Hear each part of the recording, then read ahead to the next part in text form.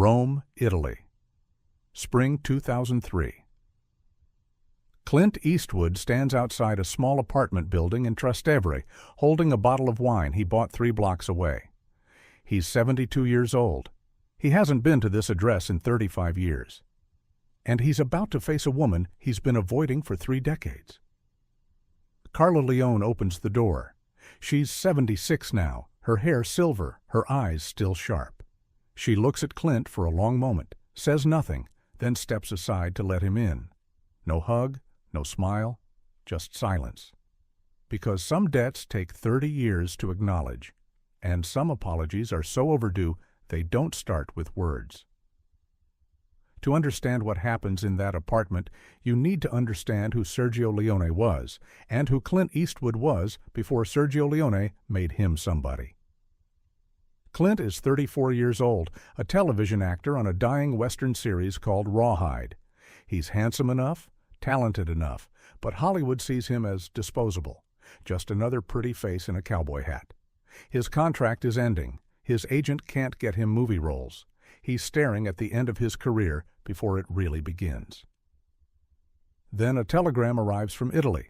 A director named Sergio Leone wants him for a Western. The pay is $15,000. The script is terrible. It's a remake of a Japanese samurai film, relocated to Mexico, shot in Spain with Italian and German actors speaking 4 different languages. The whole thing sounds like a disaster. Clint's agent tells him not to do it. His friends tell him not to do it. But Clint reads something in that script. Something different. The protagonist doesn't talk much, doesn't explain himself, just acts. And Clint understands that character because that's who he is. He goes to Spain, meets Sergio Leone for the first time. Leone is 35, overweight, volcanic, passionate. He speaks broken English. Clint speaks no Italian. But they communicate through silence, through gestures, through a shared understanding that Westerns don't have to be about heroes and villains. They can be about something darker, something more honest. A fistful of dollars shoots in 8 weeks. The conditions are brutal. The desert heat is suffocating. The crew is inexperienced. The budget is so small they can't afford retakes. But Clint watches Leone work, watches him obsess over every frame, every shadow, every silence. And he realizes he's working with a genius. Leone doesn't direct like American directors. He doesn't explain the scene, doesn't discuss motivation. He just shows Clint where to stand, how to move, when to look. And somehow it works. The Man with No Name isn't a performance. It's a presence. Minimalist, lethal, unknowable. The film releases in Italy in 1964.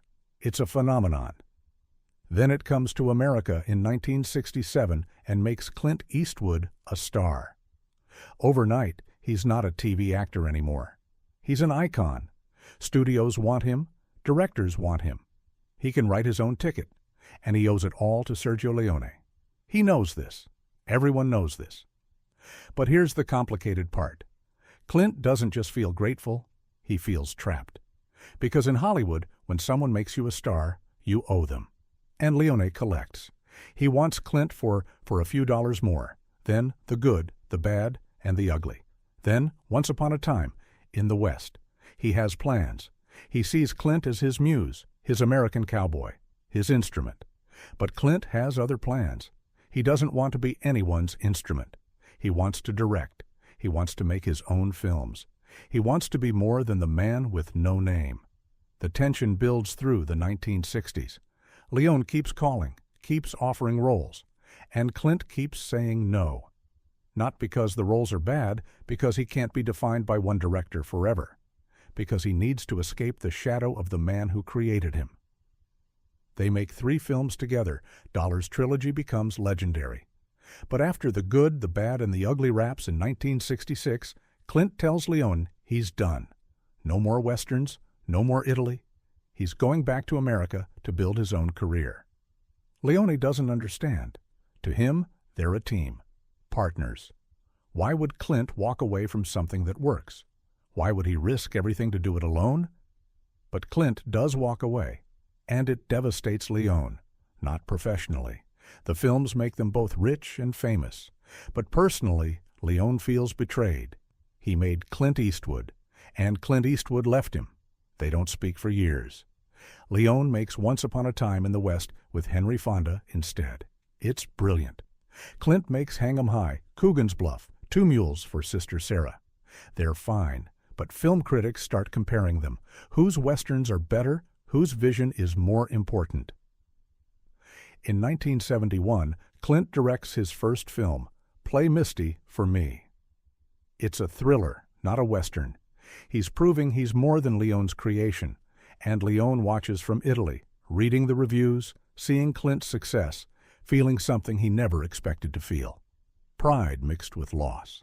They see each other occasionally over the years. Film festivals, award ceremonies. The conversations are polite, professional, but the warmth is gone. The friendship is gone. Because Clint needed to leave, and Leone never forgave him for leaving. In the late 1970s, Leone starts developing Once Upon a Time in America, his magnum opus, a sprawling gangster epic. He wants to cast Clint, sends him the script, calls him personally. Clint reads it.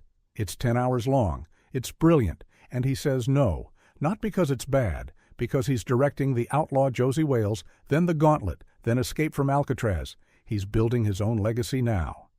And taking a year off to star in someone else's film, even Leone's film, feels like moving backward. Leone casts Robert De Niro instead. The film takes 6 years to make. When it finally releases in 1984, American distributors cut it from 4 hours to 2. They destroy it. Leone is heartbroken. The film flops in America. And Leone blames everyone, the studio, the distributors, the critics. But privately, he wonders if having Clint would have made a difference, if Clint's star power would have protected his vision. He never asks Clint that question. Too much pride, too much hurt. April 30th, 1989. Sergio Leone dies of a heart attack in Rome. He's 60 years old. The film world mourns. Directors, actors, critics call him a master, a visionary, the man who reinvented the Western. Clint is in Los Angeles when he hears the news. He's directing White Hunter Black Heart. Someone from the press calls, asks for a comment. Clint gives the standard quote, "Sergio was a genius. Cinema lost a giant." But he doesn't go to the funeral, doesn't fly to Rome, doesn't reach out to Carla. He tells himself he's too busy. The shoot is in Africa. He can't just leave. But the truth is more complicated. He doesn't know what to say, doesn't know how to face the widow of a man he owes everything to but walked away from. Carla notices. Of course she notices. Henry Fonda's widow sends flowers. Ennio Morricone speaks at the service. Eli Wallach flies in from New York. But Clint Eastwood, the man with no name, the actor Sergio made immortal, is nowhere. And Carla doesn't forget. The years pass. Clint makes Unforgiven. It wins Best Picture, Best Director. He's now not just a star, but a legend. He's proven he's more than Leone's creation. He's his own artist, his own master. But something gnaws at him. Late at night, when the awards are put away and the house is quiet, he thinks about Sergio, about those 8 weeks in Spain when he was nobody and Sergio saw something in him, about the way Leone framed him, lit him, turned him into an icon with nothing but silence and shadow. He thinks about the funeral he didn't attend, the phone call he didn't make, the debt he never repaid. In 2002, Clint is in Italy for a film festival. His hotel is 3 miles from Trastevere, from the apartment where Carla still lives. He knows this because he asked, quietly, through an assistant. Is Sergio's widow still in Rome? She is. Clint spends 2 days talking himself out of visiting. What would he even say? Sorry I didn't come to your husband's funeral 13 years ago. Sorry I walked away when he needed me. Sorry I spent 3 decades building a career on the foundation he laid and never properly thanked him. But on the 3rd day, Clint buys a bottle of Chianti, the same kind they drank on the set of A Fistful of Dollars, and he goes to Trastevere. Carla opens the door. She's aged, but she's still formidable. She looks at Clint like she's been expecting this visit for years. Like she knew eventually he'd show up. Eventually he'd need to say whatever he came to say. "Signor Eastwood," she says. No warmth, just acknowledgement. "Signora Leone." Clint holds up the wine. "I should have brought this 30 years ago." Carla steps aside, lets him in. The apartment is small, cluttered with books, photographs, film posters. There's a photo of Sergio on the mantel, young, vibrant, laughing on set. Clint recognizes the photo. It's from the good, the bad, and the ugly. He's in the background of that shot, out of focus, adjusting his hat. They sit. Carla doesn't offer coffee or pleasantries. She just waits. Clint clears his throat. "I should have come to the funeral." "Yes." Carla's voice is steady. "You should have." "I was working." "You were hiding?" The bluntness stuns him, but she's right, and Clint doesn't argue. He just nods. "Sergio talked about you," Carla says. "For 25 years, he talked about you. Even when you stopped calling, even when you stopped returning his letters.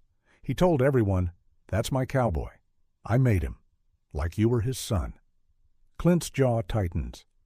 "I didn't want to be anyone's creation. I needed to be my own man." "And you are."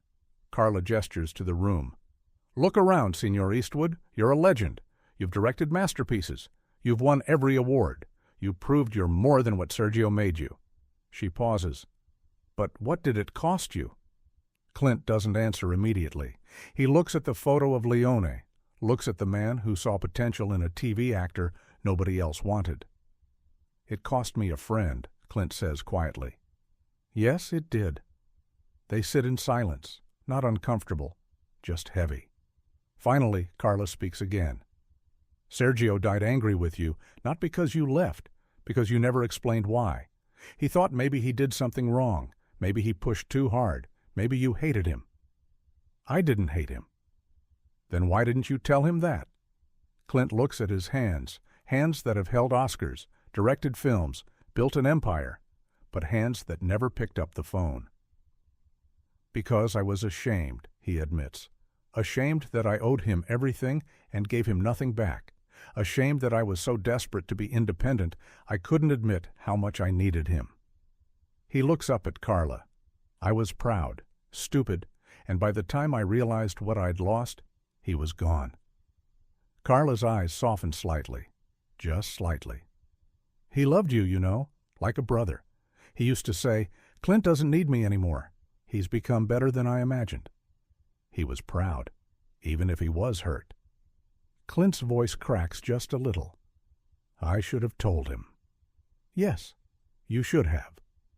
They open the wine, pour 2 glasses, sit in that small apartment surrounded by ghosts and regrets. Clint asks about Leone's final years. Carla tells him about Once Upon a Time in America, about how the studio's cuts broke Sergio's heart, about how he started planning another film, a Western about the siege of Leningrad, but never got to make it, about how he talked about Clint until the end. "He wanted to call you," Carla says. "In 1988, when he got sick, he thought about calling you, but his pride wouldn't let him. My pride wouldn't let me call him either." So 2 proud men lost years because neither could say 3 words. What words? "I need you." Clint finishes his wine, stares at the empty glass. "Where is he buried?" "Pratica di Mare, outside Rome." "Can you take me?" Carla studies him, then nods. "Tomorrow." The next day they drive 30 kilometers south. The cemetery is small, quiet. Sergio's grave is simple, no grand monument, just a headstone with his name, dates, and an engraving of a film camera. Clint stands there for a long time. Carla stays back, gives him space. Finally, Clint speaks. Not to Carla, to Sergio. "I came to say thank you. I should have said it 40 years ago, should have said it 1,000 times. But I was too young, too stupid, too scared of being defined by someone else's vision." He pauses. "You made me. I know that. Everyone knows that. And I spent 30 years trying to prove I was more than what you made. And maybe I am. But I wouldn't be anything without those 8 weeks in Spain. Without you seeing something in me nobody else saw. The wind moves through the cemetery. Clint doesn't cry. He's never been good at crying, but his voice is thick. I'm sorry I didn't come when you died. I'm sorry I walked away. I'm sorry I was so busy proving I didn't need you that I forgot to tell you how much you mattered. He touches the headstone. You deserved better, better than me. Carla walks up beside him, puts a hand on his arm. He got exactly who he needed, Senor Eastwood, a stubborn cowboy who wouldn't compromise, who took what Sergio taught him and became something even Sergio couldn't predict. She pauses. He would have been proud of what you've done. He was proud. He just couldn't tell you. Why not? Same reason you couldn't tell him. Pride, fear, the belief that admitting you need someone makes you weak. She looks at the grave. Men are fools that way. They stand there together, a widow and a legend, two people carrying 30 years of unspoken words. Before they leave, Clint places something on the grave, a photograph. It's from the set of A Fistful of Dollars. Clint and Sergio standing side by side, both young, both smiling. It's one of the only photos where Clint is smiling, really smiling. Where did you get this? Carla asks. I've carried it in my wallet for 38 years. Carla looks at him, really looks at him, and for the first time since he arrived, she smiles. Not a big smile, just acknowledgement, understanding. He knew, Senor Eastwood, maybe not with his head, but with his heart. He knew. They drive back to Rome in silence. When Clint drops Carla at her apartment, she invites him in for dinner. They spend the evening talking about Sergio's films, about the old days, about the way cinema used to be made. Before Clint leaves, Carla gives him something, a small notebook. Sergio's notes from A Fistful of Dollars. Pages and pages of sketches, shot lists, ideas. And on the first page, in Sergio's handwriting, Clint Eastwood, the face of the future. He wrote that the first day he met you, Carla says. Before you shot a single frame, he knew. Clint holds the notebook like it's sacred. Thank you. No, Senor Eastwood, thank you for finally coming, for finally telling him what he needed to hear, even if it took 30 years. Clint flies back to Los Angeles the next day, but something has shifted. A weight he's carried for 3 decades is lighter, not gone, never gone, but lighter. He never speaks publicly about the visit, doesn't do interviews about it, doesn't turn it into a story. That's not his way. But in 2008, when he's giving a speech at the Directors Guild, someone asks him who influenced him most. Clint doesn't hesitate. Sergio Leone. He taught me that silence is more powerful than words, that a look can say more than dialogue, that real strength is restraint. He pauses. I didn't appreciate that when I was young, but I do now. The audience applauds. They think it's a professional tribute. They don't know about the apartment in Trastevere, the bottle of wine, the grave in Pratica di Mare, the 30-year apology. That's between Clint, Carla, and Sergio. Years later, a journalist asks Clint about regrets. Anything you'd do differently? Clint thinks for a long moment. I'd make the phone call. Whatever phone call you're avoiding, whatever apology you think you don't need to make it, because one day it'll be too late, and you'll spend the rest of your life wishing you had. Who would you call? Clint looks away. Someone who's not here to answer anymore. That's who Clint Eastwood is, not just the man with no name, not just the director, the icon, the legend, the man who carries his debts, who understands that pride is expensive, that independence has a cost, that sometimes the bravest thing you can do is admit you needed someone. In that apartment in Trastevere, Clint Eastwood said 3 words to Carla Leone. I should have. 3 words that carried 30 years of silence. 3 words that couldn't bring Sergio back, but could honor his memory. 3 words that reminded everyone watching that greatness isn't about being self-made. It's about acknowledging the people who made you possible. Sergio Leone died believing Clint had forgotten him. But Clint never forgot. He just didn't know how to say thank you until it was too late. And maybe that's the real tragedy. Not that we lose people, but that we wait until they're gone to tell them what they meant. Carla Leone passed away in 2019. She was 93 years old. In her will, she left Clint one thing: Sergio's director's chair from A Fistful of Dollars. The one with his name stitched on the back. Clint keeps it in his office. Doesn't sit in it. Just looks at it. A reminder of the man who made him, of the debt he can never fully repay, of the phone call he should have made. That's the legacy. Not just the films, the human cost of making them, the relationships sacrificed for independence, the words left unsaid because pride got in the way. Clint Eastwood became a legend by walking away from Sergio Leone, but he became human by going back. 30 years too late, but he went back, and sometimes that's all we can do. Show up, say the words, honor the dead by acknowledging what they gave us, even if they can't hear it anymore, even if all that's left is a grave, a widow, and a photograph of two young men who changed cinema together. That's Clint Eastwood, silent, stubborn, carrying ghosts, finally brave enough to face them. If this story moved you, if it reminded you of someone you need to call, someone you need to thank, do it now. Don't wait 30 years. Don't wait until all you have left is regret and a cemetery visit. Make the call. Say the words. Honor the people who made you possible while they're still here to hear it. And if you want more stories like this, stories about the human cost of greatness, the quiet moments that define legends, subscribe. Because the best stories aren't about the awards or the fame. They're about the things we carry, the people we owe, the debts we can never fully repay. That's what makes us human.